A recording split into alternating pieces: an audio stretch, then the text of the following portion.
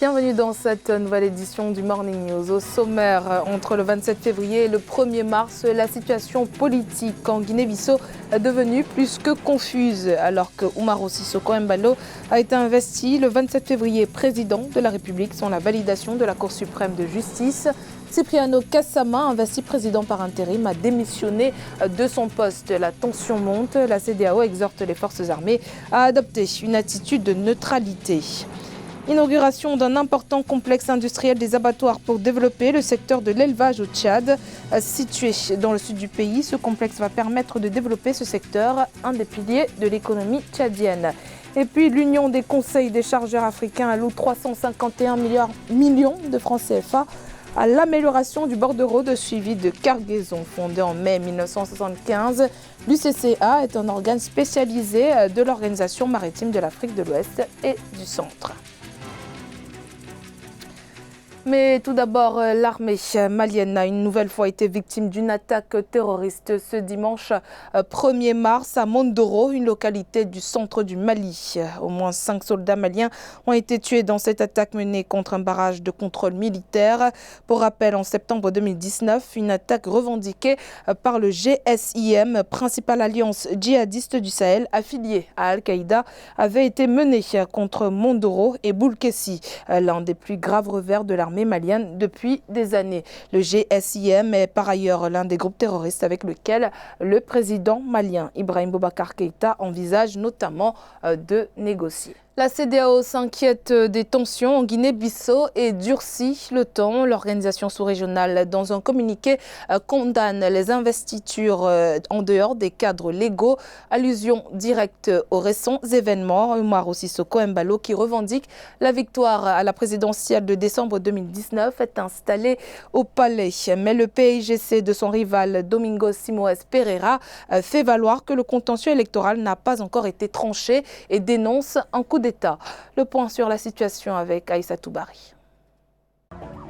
La crise politique en Guinée-Bissau s'alise. Le pays avait depuis vendredi 2 présidents rivaux, une situation née de la confrontation toujours en cours entre les 2 candidats au second tour de la présidentielle du 29 décembre. Dans un récent communiqué, la CEDEAO estime que les dernières évolutions de la situation politique dans le pays est de nature à saper les efforts de l'institution pour sortir de l'impasse. La Commission exprime sa vive inquiétude au sujet de risques de conflits internes graves liés à la dégradation prolongée de la situation politique et demande qu'il soit sans délai mis un terme aux actions prises synonymes d'anarchie. C'est après la cérémonie d'investiture organisée par Umaro Sissoco Embalo jeudi que les choses se sont accélérées. Le pays s'est donc retrouvé avec 2 présidents et 2 premiers ministres. Cipriano Kassama, qui avait été choisi par le Parlement comme président par intérim, a fini par jeter l'éponge, craignant pour sa sécurité. Oui, parce que j'ai aucune condition de sécurité. Un président de la République et par intérimaire doit être créé toutes les conditions pour assumer sa responsabilité. Pour servir la Constitution de la République, amener la paix sociale dans le cadre de la Constitution, mais je n'ai pas ça. Et ma vie est en danger, la vie de ma famille est en danger, et la vie de ce peuple est en danger, et je ne peux pas remettre ça, la raison pour laquelle j'ai pris cette décision. La CEDEAO dénonce également l'émission de l'armée qui semble avoir choisi son camp. Les forces de défense et de sécurité ont pris le contrôle des principales institutions. Après une présidentielle qui s'est déroulée dans le calme, la Guinée-Bissau se retrouve donc à nouveau dans une impasse et chaque camp se dit légitime. Le président français Emmanuel Macron s'est entretenu ce dimanche 1er mars avec son homologue camerounais, le président Paul Biya, lors d'un échange téléphonique. Les 2 chefs d'État ont notamment évoqué les violences qui se sont produites récemment dans les régions anglophones du Cameroun. Ils se sont accordés sur la nécessité d'une enquête impartiale en réaction aux violences commises contre des populations civiles dans le village de Ngarbou, dans la province du Nord-Ouest. Un entretien qui intervient après les propos du président français répondant à un activiste camerounais en marge du salon de l'agriculture, des propos qui avaient suscité la polémique. Au Tchad, dans le cadre de la diversification de l'économie pour faire face à la chute des prix de barils de pétrole, les autorités poursuivent l'industrialisation du secteur de l'élevage. Un complexe industriel des abattoirs d'une capacité de production annuelle de 20 000 tonnes, soit environ 200 bovins et 400 petits ruminants par jour, a été inauguré samedi 29 février 2020 en présence du président tchadien Idriss Déby Itno. Ce complexe devrait créer environ 700 emplois directs et environ 1500 emplois indirects au profit des jeunes. Le Tchad compte ainsi exporter ses produits et sous-produits animaliers au même titre que le pétrole brut sur le marché mondial. Écoutons à ce propos le chef de l'État tchadien. C'est un grand complexe industriel financé sur fonds propres de l'État pour la transformation locale de nos produits animaliers. Pendant longtemps, nous avons exporté nos bétails sur pied vers les pays voisins. Par exemple, nous exportons sur pied environ 90 000 bovins chaque mois vers le Nigeria voisin, ce qui est une perte pour notre économie. Ce complexe industriel nous permettra d'exporter exclusivement des produits animaliers manufacturés au Tchad, ce qui apportera non seulement une valeur ajoutée à notre économie, mais créera également des milliers d'emplois pour les jeunes. Nous voulons accélérer la diversification de notre économie trop dépendante du pétrole. Lors des assises de son comité tenu à Douala au Cameroun il y a quelques jours, le Conseil africain des chargeurs a défini les allocations budgétaires de ces secteurs d'activité. La rencontre qui a vu l'intégration du Libéria et de la Sierra Leone dans l'organisation africaine a tablé sur l'allocation de 351 millions de francs CFA pour le renforcement des activités du bordereau de suivi de cargaison dans le secteur maritime. Nelly Claude Bessa nous en dit plus.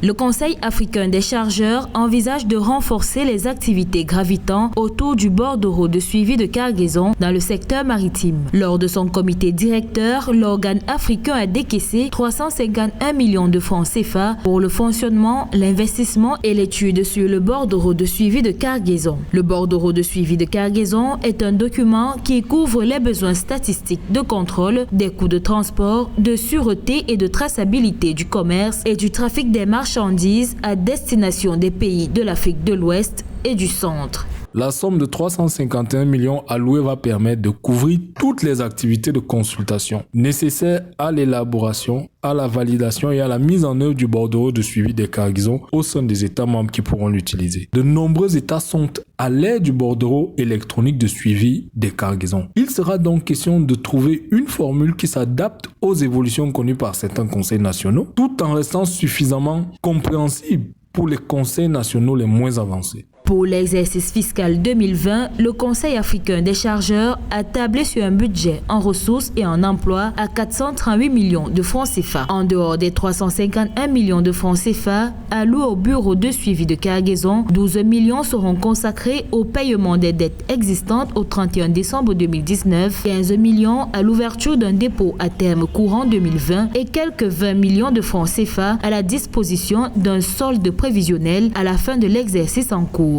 Les activités de cette organisation ont un impact significatif sur le rendement des administrations douanières, dans la mesure où elles permettent de fluidifier le transport maritime et de réduire les coûts, en facilitant les opérations de déchargement, en simplifiant les formalités administratives du trafic maritime, en rationalisant le trafic maritime lui-même, en optimisant la desserte maritime au sein des États membres et en réduisant le coût de transport des marchandises à l'exportation ou à l'importation. L'Union des conseils des chargeurs africains est un organe spécialisé de l'Organisation maritime de l'Afrique de l'Ouest et du Centre, dont le rôle est d'accroître la participation de la sous-région dans la fourniture des services maritimes tout en protégeant les intérêts des chargeurs par le truchement des conseils.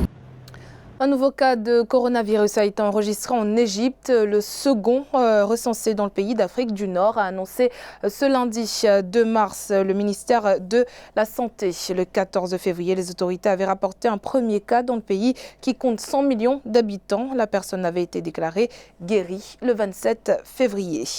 Le coronavirus qui a atteint un autre pays africain, en effet, un premier cas a été confirmé vendredi 28 février à Lagos, au Nigeria. Il s'agit d'un ressortissant italien.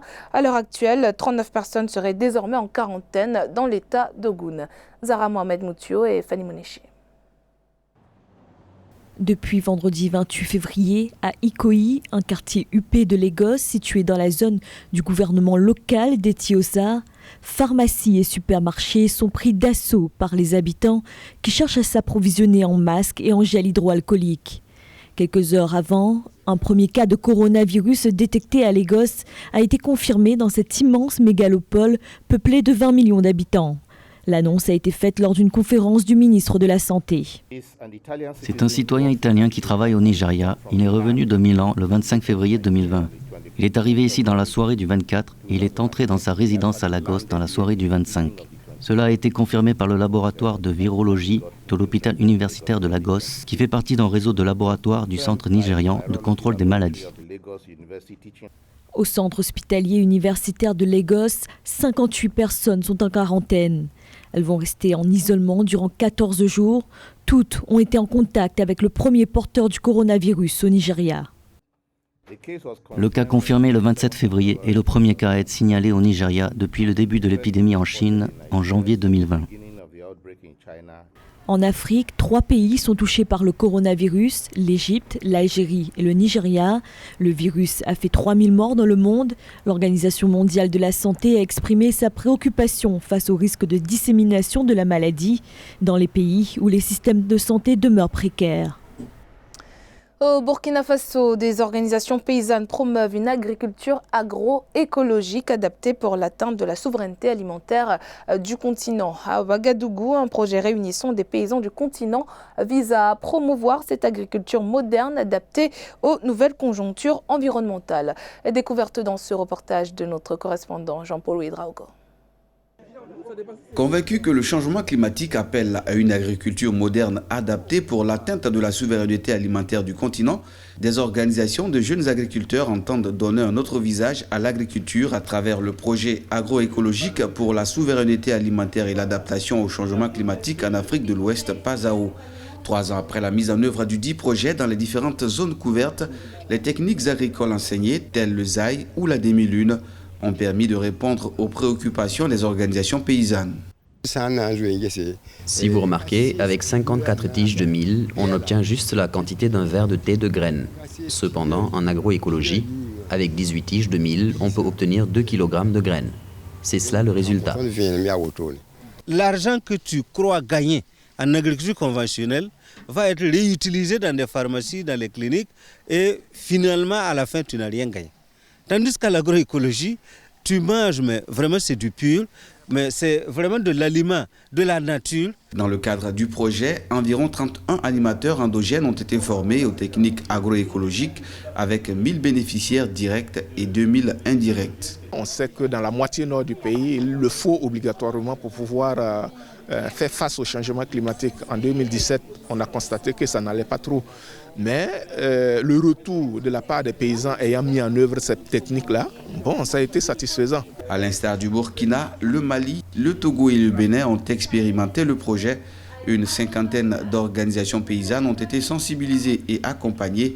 Pour ce qui est des perspectives, elles vont consister entre autres à la diffusion des techniques pour une bonne transition vers une agriculture 100% écologique.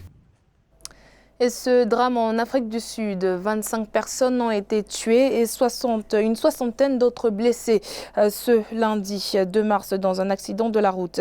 Le bus dans lequel se trouvaient les victimes est tombé dans un ravin près du village de Kolweni dans la province du Cap-Oriental. Selon le ministère des Transports, les causes de l'accident sont pour l'instant inconnues. Le bus qui assurait la liaison entre Chébé et Butterworth transportait essentiellement des personnes âgées partis à faire des courses ou percevoir leurs allocations sociales. C'était le journal de la rédaction. Merci de votre fidélité. Dans un instant, une nouvelle édition de l'actualité sur Africa 24.